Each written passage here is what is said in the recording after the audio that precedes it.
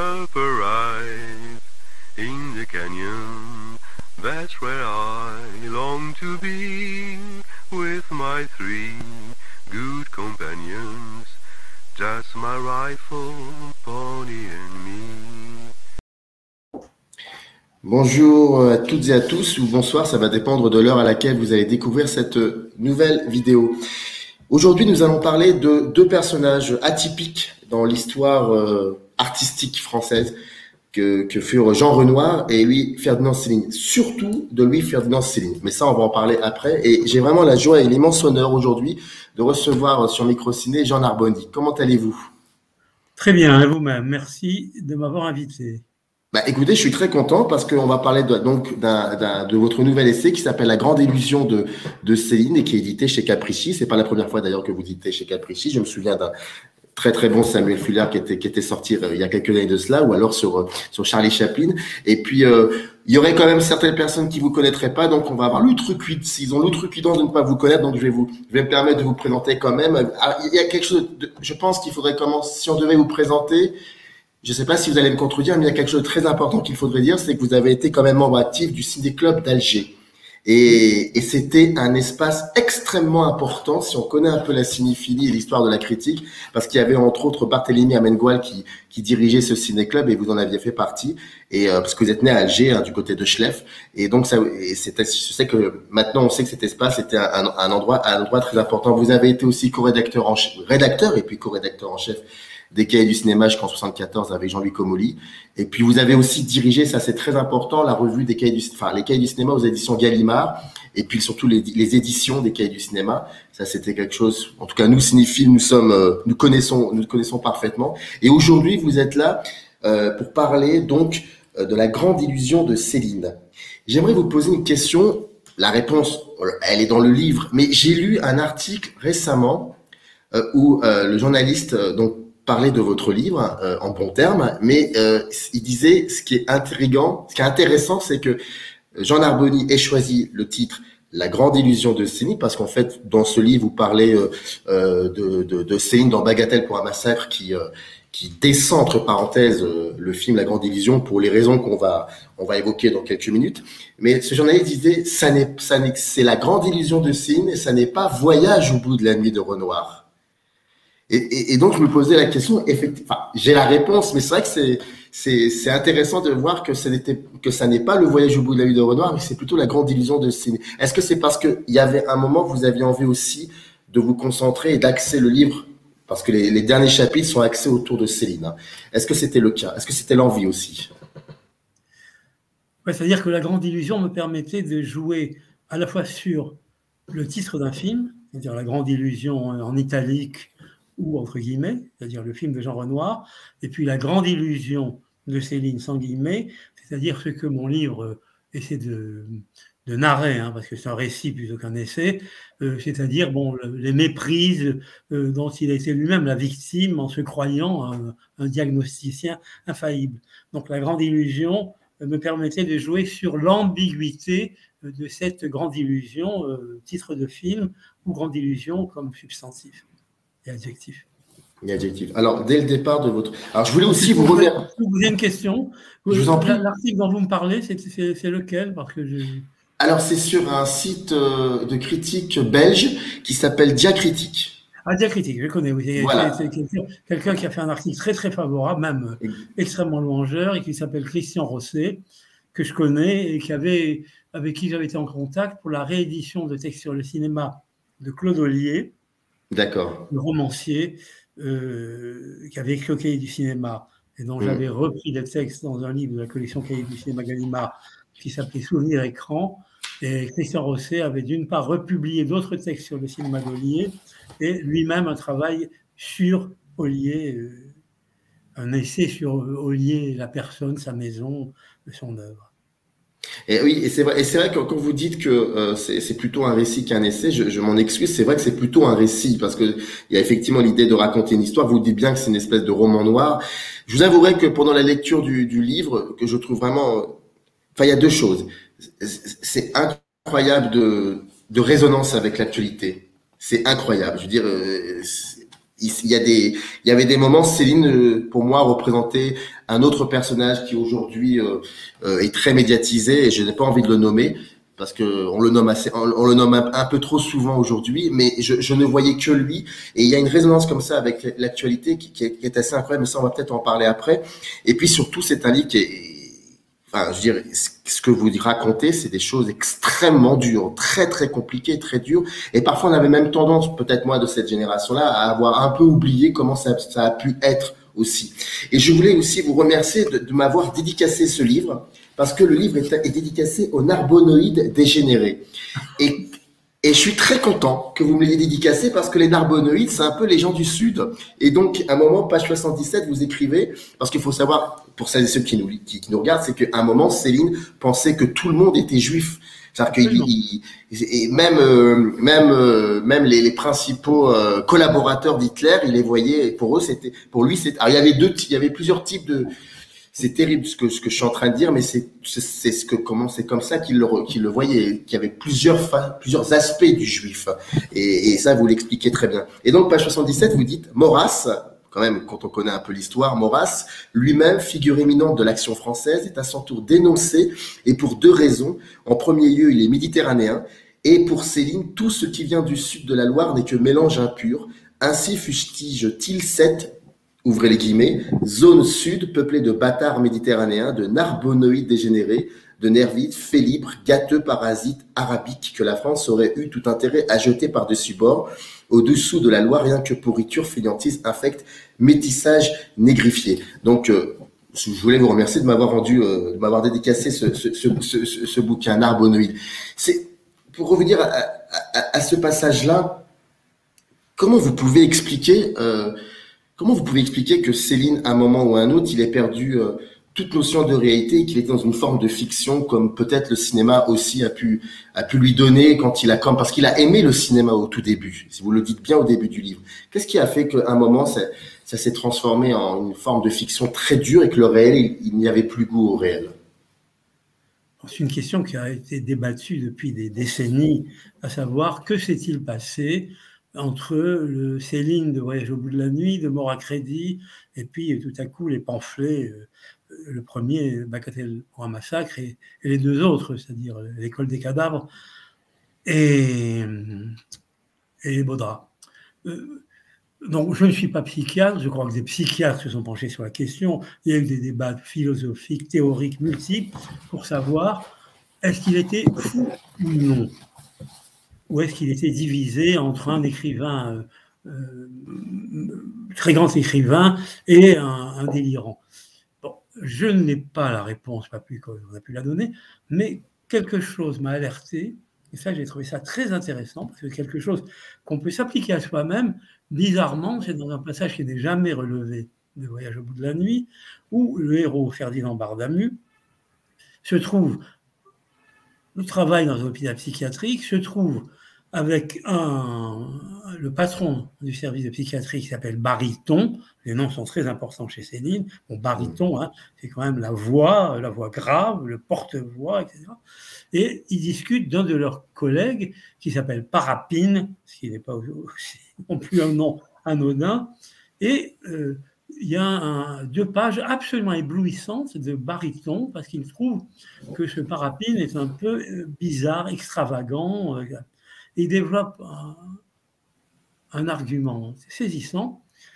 Il dit, voilà, je m'y connais dans ces espèces de manies, etc., qui confinent à la folie, qui conduisent à la folie, c'est-à-dire les convictions exagérées. Voilà. Quand une conviction est exagérée, exagérément exagérée, trop exagérée, eh bien, elle conduit à la folie. Voilà, donc moi je n'ai aucune réponse à la question de savoir s'il était fou ou non. Est-ce même une question intéressante?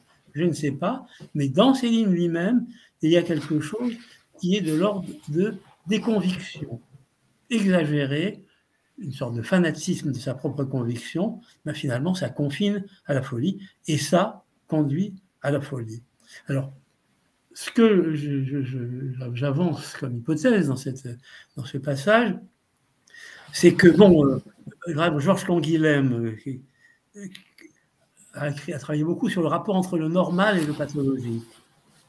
Et il a développé la thèse absolument fondée, évidemment, selon quoi le pathologique n'est pas sans rapport avec le normal. Il n'y a pas le normal d'un côté et le pathologique, ce serait une entité absolument étrangère, sans le moindre rapport avec le normal. Le pathologique, c'est une dégradation, une cancérisation du normal. Elle est la continuation du normal en maladif. Et ça, c'est très intéressant parce que finalement, je m'aperçois, quand on a de multiples exemples dans le réel, que quand on avance sur un criminel, est-ce qu'il n'était pas un peu fou, etc. On s'aperçoit finalement, la folie va toujours dans le sens de la conviction. Donc, ça, c'est quelque chose, la seule chose que je puisse avancer sur ce problème de fou, pas fou, etc. Voilà. La conviction exagérée, quand elle va trop loin, elle conduit à la folie. Céline avait des convictions très fortes, il les a exagérées, peut-être exagérément exagérées, et sûrement pendant les années 30, 40 et même 50. Est-ce que c'est ça la folie ou non? Voilà, la question reste ouverte. Mais c'est même intéressant que Céline lui-même, dans son propre livre, pose cette question de d'où vient la folie. Vous en parlez dans effectivement page 95-96. En fait, l'idée, c'était ce qui vous intéressait dans ce récit, c'était d'utiliser comme prétexte donc un film du cinéma, c'est-à-dire La Grande Illusion, pour aller progressivement définir un peu, dessiner ce personnage qui était Céline pendant la Seconde Guerre mondiale. Est-ce que c'était un prétexte, donc de commencer par voir s'il y avait des connexions, et il y en a d'ailleurs énormément entre Céline et Renoir, et puis ensuite sortir un peu de cette grande illusion et de se concentrer uniquement autour de ce que dit le récit, pratiquement à la moitié du livre. Bien, finalement, le projet du livre a beaucoup changé. Je me demande s'il y avait un projet au départ. En tout cas, la genèse en a été très, très, très bifurcante et surprenante pour moi-même. J'ai commencé sur cette querelle que fait Céline à Renoir à propos de la grande illusion. C'est quelque chose qui était connu, qui a donné lieu à quelques interprétations. J'ai voulu fouiller cette question, et puis plus ça avançait, plus je me disais, mais que s'est-il passé pendant cette époque? D'une certaine manière, j'ai voulu. À un moment, je me suis aperçu que ce que j'essayais de faire, c'était de désaccoutumer, de déshabituer, de dessiller le regard à partir de choses qui aujourd'hui sont banalisées, affadies, usées. On connaît, oui, le racisme, l'antisémitisme, l'étoile jaune, les camps, la Shoah, etc. Bon, c'est un peu devenu des espèces de mots comme ça, des fétiches, des emblèmes qu'on balance à tout bout de champ. Et en lisant, en avançant, tout à coup, je me suis dit, mais cette époque, il se disait, il se faisait, il s'écrivait des choses qui m'apparaissaient comme appartenant à une autre planète, quoi. C'est la raison pour laquelle, dans ma carte de couverture, je commence en disant, est-il possible que? Oui, c'est possible. Est-il possible que? Oui, c'est possible. J'ai essayé de faire un peu, très modestement, ce que Brecht appelait finalement la distanciation. S'il appelait la distanciation, ça veut dire sous le quotidien, découvrez l'insolite. Donc, à partir de quelque chose qui aujourd'hui est même vécu comme fatigant, les gens disent, oh là là, ça va, la Deuxième Guerre mondiale, ça va, la Shoah, c'est fatigant, l'étoile jaune, ça va, on connaît ça. J'ai voulu montrer que dans cette période, quelque chose apparaissait qui est absolument, pour moi, aujourd'hui, inouï. Hein, plus j'avançais, c'est un peu le sens de la citation de Rachel Hertel que je donne à la fin, c'est-à-dire le temps du désastre va en sens inverse du temps chronologique. C'est-à-dire, au lieu de nous en éloigner, ils nous en rapprochent. Or là, j'ai essayé moi-même d'éloigner. C'est-à-dire, j'ai vu cette époque, quand j'ai vu Montandon, le docteur Montandon, l'onomasticien Bernardini, Céline, tout à coup, je me disais, mais est-ce que c'était la France? Est-ce que c'était l'Europe? Ou est-ce que c'était Mars, Pluton? C'est un peu ce que j'ai essayé de faire. Voilà. Donc, déshabituer, désaccoutumer, et sous le quotidien, le banal, le normal, l'habituel, essayer de voir ce qui est aberrant. D'autant plus que les 3 personnes dont je parle, qui ont écrit des choses hallucinantes, ne sont pas des délirants comme on en voit aujourd'hui sur Instagram, sur Facebook ou sur Internet. C'était des gens qui occupaient des postes importants. L'un est un écrivain archi reconnu, l'autre est un médecin qui dirigeait des institutions, je ne sais pas, ça pourrait être aujourd'hui l'équivalent de l'Institut du monde arabe ou le Sénat ou le Conseil d'État, c'est-à-dire des gens qui avaient un pouvoir considérable de vie ou de mort, en l'occurrence, et puis un onomasticien reconnu par ses pairs comme un grand spécialiste des noms, et qui découvrait que Racine était sans doute juif parce qu'il avait écrit Esther et Athalie. D'ailleurs, vous dites que peut-être Raoul Walsh est juif parce qu'il a fait ce Oui, voilà, puisqu'il a fait Esther et le roi, donc lui qui était ni irlandais ni espagnol, Bernard aurait été délirant. Aurait traqué ses ancêtres pour voir si Raoul Walsh ne s'appelait pas Wallenstein ou je ne sais comment. Ah bah d'ailleurs, après, on va parler d'Éric von Stroheim parce que c'est très, très drôle. Ces gens-là n'étaient pas des délirants obscurs. Oui, mais je ne peux pas ne pas vous poser cette question qui a une résonance avec aujourd'hui parce qu'il y a des connexions dans ce que vous écrivez, sur ce que vous venez de dire et sur ce que nous vivons aujourd'hui. Est-ce que pour vous, aujourd'hui, on pourrait encore se dire, est-ce qu'on est vraiment en France ou est-ce qu'on est sur la planète Mars ou sur la planète Pluton? Est-ce que ça peut, ce que je veux dire, c'est que ce que vous écrivez, ce que vous racontez, comment Céline voit les choses, comment il délire, est-ce que on peut se dire que se passe un peu la même chose aujourd'hui? Alors attendez, je vais faire un petit flashback par rapport à ce que vous avez dit. Je reviens à la dédicace.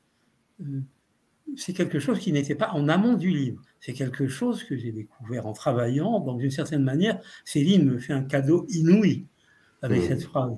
Bon, vous remarquerez que lui, qui emploie le mot juif à peu près toutes les 3 lignes, toutes les 3 phrases, dans cette citation, ne prononce pas le mot juif. Il dit les narbonoïdes, mais par ailleurs, il y a la pourriture arabique, négrifiée, etc. C'est-à-dire que les Noirs et les Arabes ont aussi leur compte. Hein. Donc tout ce qui est au sud de la Loire, pour lui, c'est fainéantise, corruption, pourriture, etc. Ça, c'est assez intéressant. À la fin de sa vie, c'était devenu les Chinois. Hein.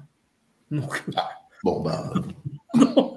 c'était devenu le péril jaune. Donc, voilà, on reste dans sa folie, dans sa conviction exagérée, et on change d'objet. Alors maintenant, sur aujourd'hui, bon, il y a des choses qui me paraissent étranges. Par exemple, quand je vois que dans les manifs, mettons, anti-pass sanitaire, on peut discuter les positions du gouvernement, être pour ou contre. Comme dans une manif, on voit des gens qui mettent des étoiles jaunes, qui mettent une moustache à Macron et qui disent que le pass sanitaire, c'est l'équivalent du tatouage des déportés. Je me dis, c'est quand même bizarre, ça. Donc, c'est tellement usé, affadi, qu'aujourd'hui, à partir du moment où quelqu'un est victime de quelque chose, il dit, je suis le juif. Voilà. Le moindre dol, aujourd'hui, est assimilé à ça. Comme à un moment, la Shoah a été une sorte d'emblème de la victime absolue par des bourreaux absolus. Maintenant, dès que quelque chose arrive, quelqu'un va décréter qu'il est le juif. Alors un tel va dire, parce qu'il n'a pas eu l'avance sur recette, je ne citerai pas de nom, mais je le connais, je suis le juif du cinéma. Toute victimisation est vécue comme je suis le juif de. À partir du moment où, au moindre bobo, on dit je suis le juif, ben ça veut dire, après tout, c'était pas si terrible ce qui s'est passé, puisque bon, on est vivant, on en est mort, on n'a pas eu l'avance sur recette, ou on ne veut pas se faire vacciner. Ben, au fond, c'était pas si grave que ça. Donc là, j'essayais de déshabituer à ça. Voilà. Et quand aujourd'hui je vois des choses apparaître de cette nature, ça m'inquiète. De la même façon, j'essaie de dire à un moment que la notion de race, qui était absolument dévaluée, disqualifiée scientifiquement, n'était utilisée que pour traiter quelqu'un de raciste, à juste titre ou à faux titre, mais c'était une insulte, être raciste. Aujourd'hui, quand je vois que la notion de race peut être brandie quelquefois, presque comme revendication positive, ça me fait un peu peur. Donc, toutes ces assignations définitives à une identité me font peur. En ce moment, ça revient assez fort. Non, mais, enfin, je veux dire, moi qui ai 45 ans. Je ne citerai même pas des choses plus anodines, mais quand je vois sur Internet, mon site c'est intitulé il y a quelques semaines « Je suis partout », bon, je me dis, attends, voilà, je crois qu'il a été interdit, voilà. Non, mais ce que je veux dire, c'est qu'après, on va revenir au livre, mais le livre, la force aussi de votre récit, c'est que pour quelqu'un comme moi, qui n'est que 45 ans, je ne pouvais pas ne pas penser aussi un peu dans la société où je vivais. Il y a des moments où on a cette impression que vous racontez quelque chose qui se passe actuellement. C'est assez impressionnant. Deuxième petite chose, et on revient au récit, vous avez dit quelque chose de très important. Vous avez dit, quand vous aviez commencé à travailler sur ce récit, il y avait effectivement autour de vous toujours ces mêmes personnes qui pouvaient dire encore la Shoah, encore un tel, encore ça, encore ça. Mais moi, j'aimerais vous poser une question. Est-ce que il y a en tant qu'homme d'image, hein, parce que vous avez travaillé toute votre vie sur le rapport à l'image, au plan, au visuel, ou voilà.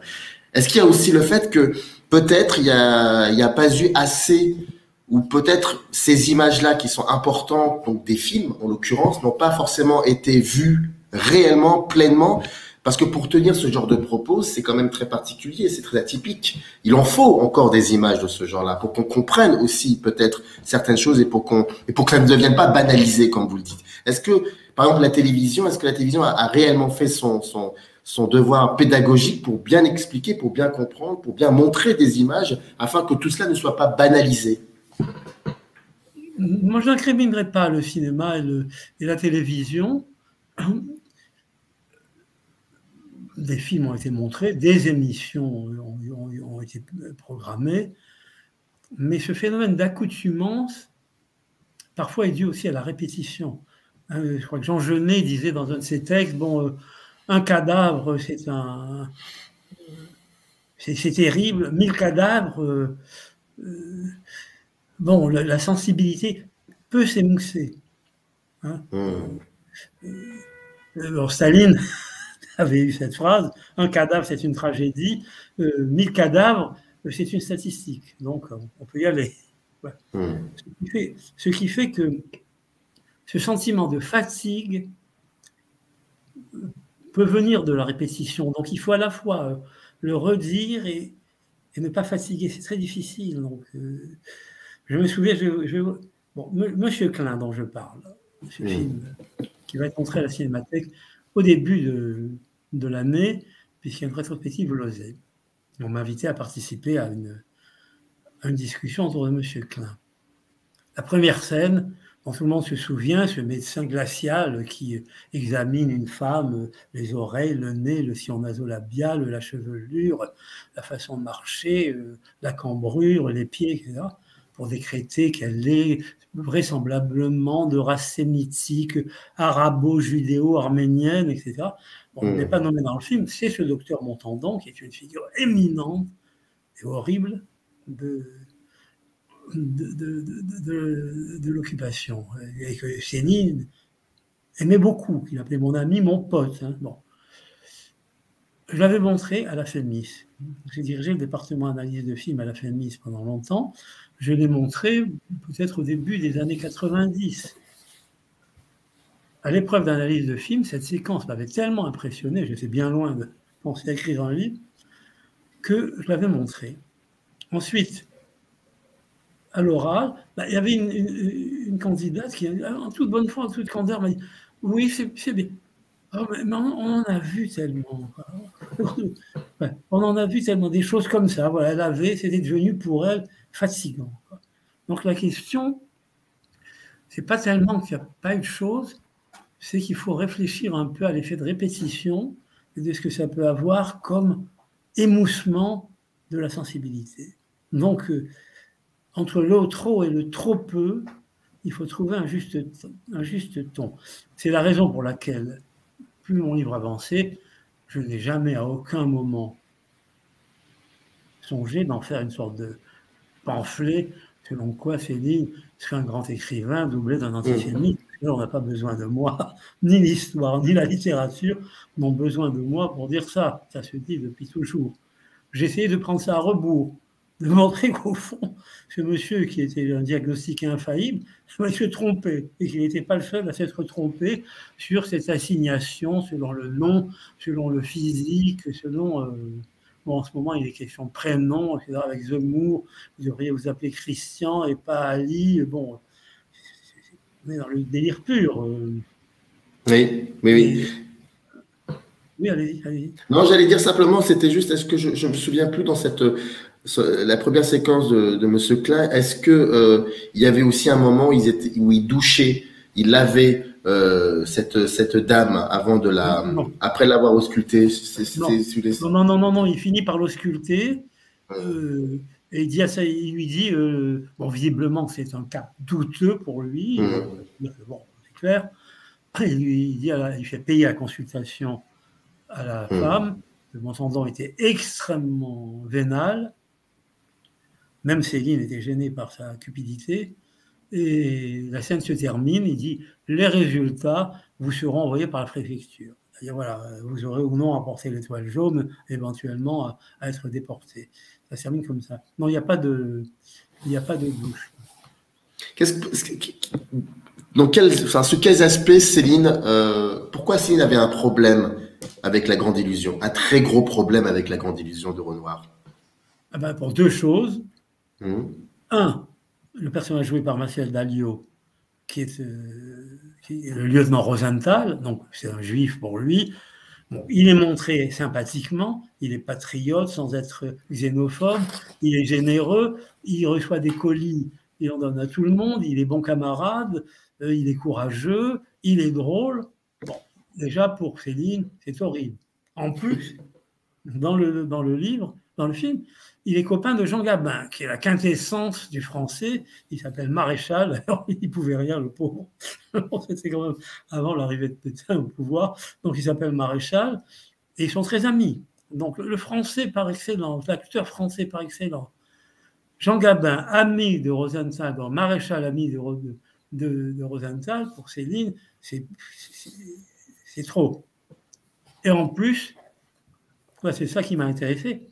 Parce que sinon, je me serais arrêté là. Mais c'est qu'ensuite, bon, il dit, en revanche, alors il y a deux nobles ariens, c'est-à-dire Hoffenstein, joué par Erik von Stroheim, c'est dégoûtant. Ils consentent à l'extinction de leur classe pour être remplacés par des juifs.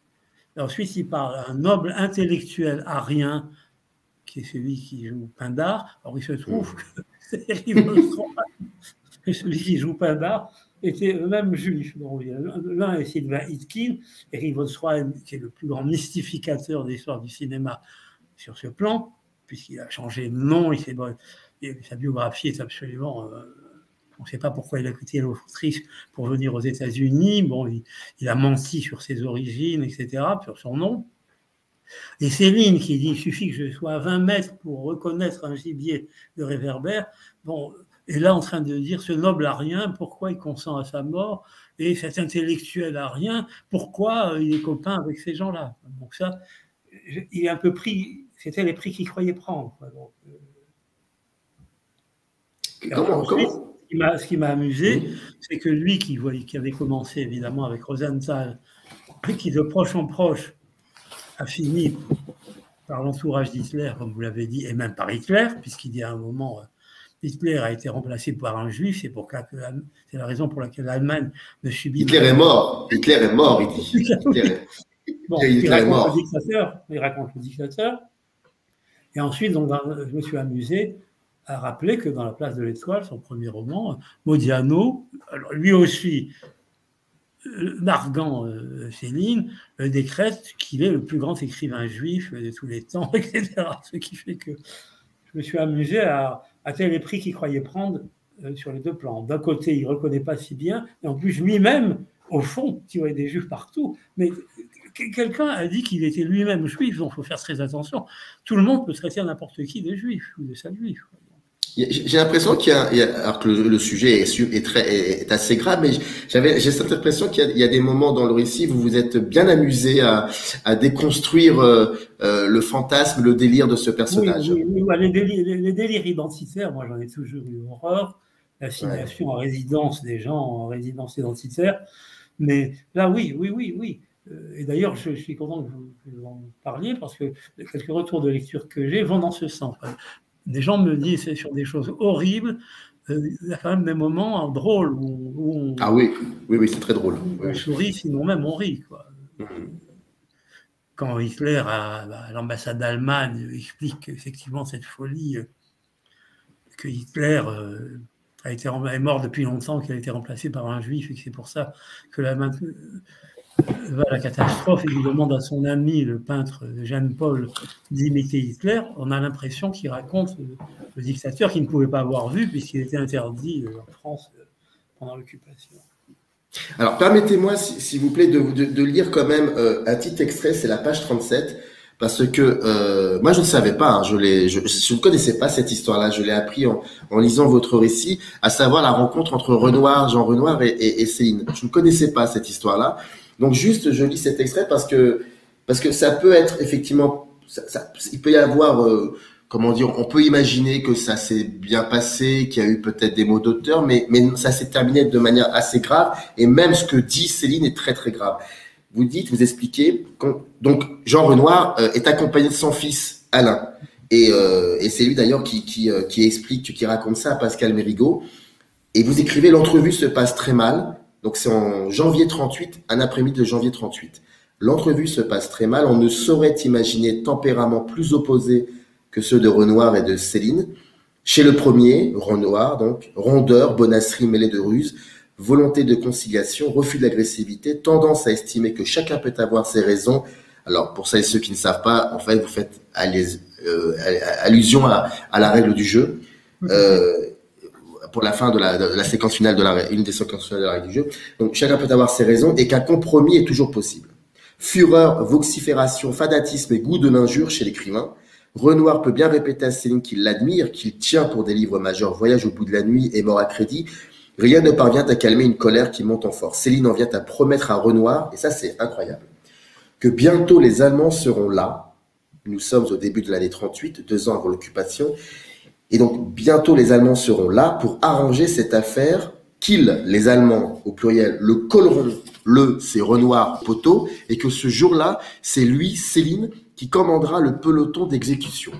Renoir n'insiste pas, met fin à la rencontre. Sur le chemin du retour, devant la réaction d'Alain, s'étonnant qu'il admire un homme qui lui voue une telle haine, Renoir, donc son père, aurait répondu, si on se privait d'admirer quelqu'un au motif qu'il veut vous faire fusiller, on finirait vite par manquer de gens à admirer. Je trouve ce moment extrêmement grave. Oui, ça c'est. J'ai trouvé ça dans le livre de Pascal Mérigot sur Renoir. Donc c'est le fils de Jean Renoir, Alain Renoir, que Pascal Mérigot donc a rencontré, qui est mort maintenant, et qui lui a raconté ça. Mérigot, bon, a eu la gentillesse de me dire qu'il avait apprécié mon livre, et je lui ai demandé si Alain Renoir lui avait raconté plus en détail la scène. Il ne pouvait pas m'en dire plus, donc savoir exactement ce que l'un a dit à l'autre, c'est impossible de le savoir. En revanche, le fait que l'un a essayé d'arrondir les choses, d'autant qu'il admirait réellement les romans de Céline, et que l'autre se vociférait, fulminait, ça, ce sont des choses certaines, et Céline, donc, aurait promis à Renoir, donc 2 ans avant le début de la guerre et l'occupation, qu'il le ferait fusiller par les Allemands. Voilà, ça reste. C'est d'ailleurs par ça que je commence la 4e de couverture de mon livre. Est-il possible que quelqu'un ait menacé Jean Renoir de le faire fusiller? C'est vraiment saisissant.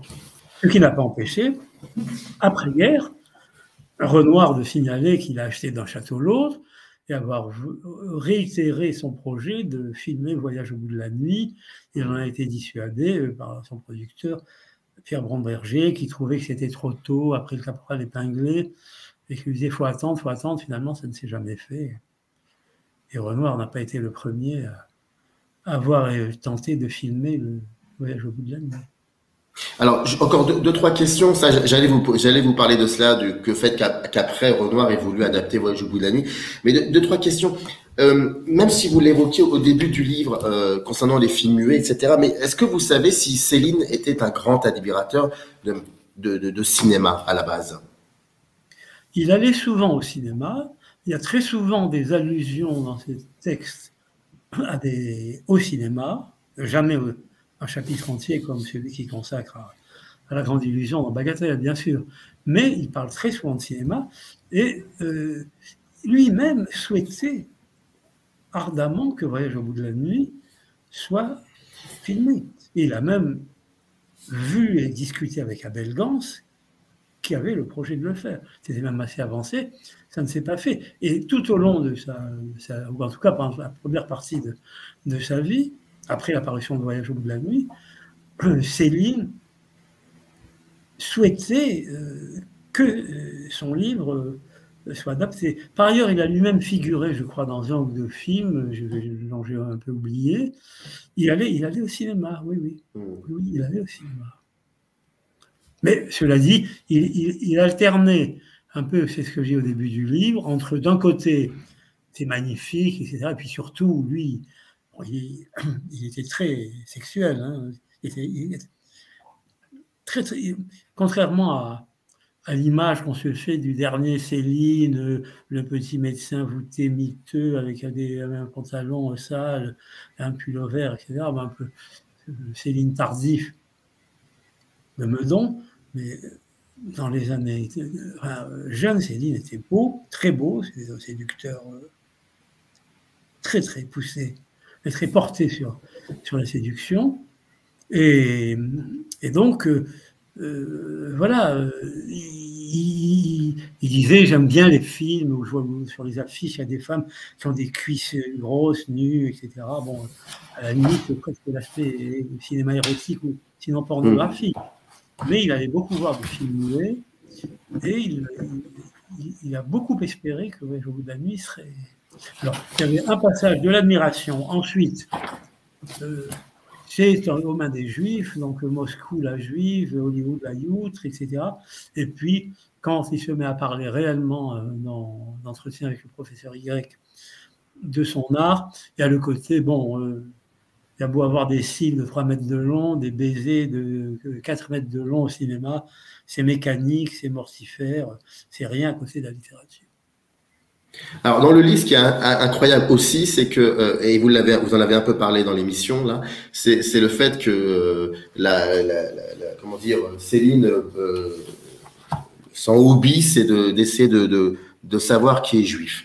Et donc dans le livre, à 3 reprises, enfin on va dire à 2 reprises, il n'a pas vu que tel personnage était juif. Vous les avez nommés, c'est Eric Van Stroheim et j'ai peur de me tromper, Sylvain King qui joue le rôle de Pindar, cette espèce d'intellectuel comme ça dans la règle dans la grande illusion, pardon. Et puis il y a un 3e personnage qui ne serait pas juif, mais qui peut-être aurait, alors là c'est l'horreur absolue, qui aurait peut-être des origines arabes, c'est sa propre femme. Ah oui, alors ça m'a beaucoup amusé. Ça c'est génial. Ça, c'est génial. Alors ça, je ne vous cache pas que je suis très heureux de ça. Je suis tombé dessus, c'est un autre cadeau qui m'a été fait. C'est-à-dire que quand, dans La Grande Illusion, à un moment, des soldats russes qui croient que la tsarine leur a envoyé de la vodka, etc., découvrent que c'est des livres, ils sont furieux, ils déchirent les livres, et le seul des prisonniers à s'y opposer, c'est encore Pindar, Iskin, qui est le lieutenant Demolder, et qui dit non, on ne brûle pas des livres. Alors, est-ce que dans le scénario de Charles Spack et de Renoir, il y a une allusion aux autodafés de livres qui avaient déjà eu lieu à Berlin au début de l'arrivée militaire au pouvoir, en 1933-1934 ? Je ne sais pas, mais tout à coup, je me suis dit, mais cette phrase, elle appelle en complément. Et je me suis souvenu que c'était Heine, Heinrich Heine, immense poète allemand, qui avait écrit « Quand on brûle des livres, on finit par brûler des hommes ». Or, lui-même, en but à l'antisémitisme, qui était converti au protestantisme, etc., pour arriver à se faire oublier, écrit ça dans un drame qui s'appelle Almanzor. Je tombe là-dessus par hasard. Almanzor, mais attends. D'autant que je venais de finir mon livre le jour où, à 107 ans, la femme de Céline, Lucette Détouche, que tout le monde allait voir à Meudon, s'appelait Almanzor. Je me suis dit, attends, en plus, en Algérie, j'ai connu une femme qui s'appelait Almansour. Je me suis dit, comment alors Céline, qui parle de la pourriture négrifiée, la peste arabique quand on aurait jeté par dessus bord, et Bernardini, qui avait été trouvé que même De Gaulle, c'était juif, et Bernanos, n'ont pas vu Madame Almanzor, c'est très curieux. Et j'ai dit, donc peut-être, au fond, cette femme très courageuse, qui a traversé toute l'Allemagne avec leur chat, et qui a été fidèle à Céline pendant toute sa vie, eh bien peut-être que voilà, c'est son valeureux ancêtre arabe, elle a pris les leçons. Ça m'a beaucoup. Je suis content que vous le releviez parce que dans les on m'en a pas parlé, mais Madame Almansour, ça j'avoue que ça me fait beaucoup rire. Je vous avouerai que ça a été un moment extrêmement drôle pour moi. J'étais mort de rire. Oui, mais nous, on connaît, comment dire, on connaît la chanson. On connaît la chanson. Dernière question, après je vous laisse tranquille, Jean Narboni, mais c'est un plaisir. Partager. Quand on lit ce récit, il y a quand même une chose qui est accablante à dire, mais elle est bien réelle. C'est que ce qui s'est passé à cette époque-là, je n'utiliserai pas le mot romanesque, je me permettrai pas. Mais il y a quelque chose, il y a une espèce de souffle qui donne envie de raconter toutes ces histoires-là, de les filmer. Je sais pas comment me l'expliquer, mais même si ce que vous décrivez est juste catastrophique, parce qu'en plus de cela, il y a des résonances il y a des aspects qui ont des résonances avec l'actualité que nous vivons. Il y a quand même une espèce de souffle, et j'ai l'impression que on n'arrêtera jamais de raconter cette période de l'histoire française. Parce qu'il y a un truc qui s'en dégage. Voilà, c'est truc. Le mot qui ne veut rien dire. Mais il y a quelque chose. Et je l'ai ressenti quand je lisais, alors qu'on a beaucoup parlé de Renoir, Céline, on connaît aussi, il y a une forme de madalisation. Mais en lisant le récit, il y a une forme de souffle. C'est comme si j'avais l'impression que vous étiez en train de faire un film. Je vous remercie parce que, je vous dis, ce que j'ai essayé de faire, c'est cette désaccoutumance. C'est-à-dire qu'on en entend parler très souvent. Il n'y a pas de déficit dans la télévision ou même dans le cinéma. Mais comment être sur le fil entre la désaccoutumance, c'est-à-dire faire apparaître comme inouï quelque chose dont on a l'impression que c'est affadi, usé, archi connu. C'est-à-dire comment répéter sans lasser. Sans lasser, c'est très difficile.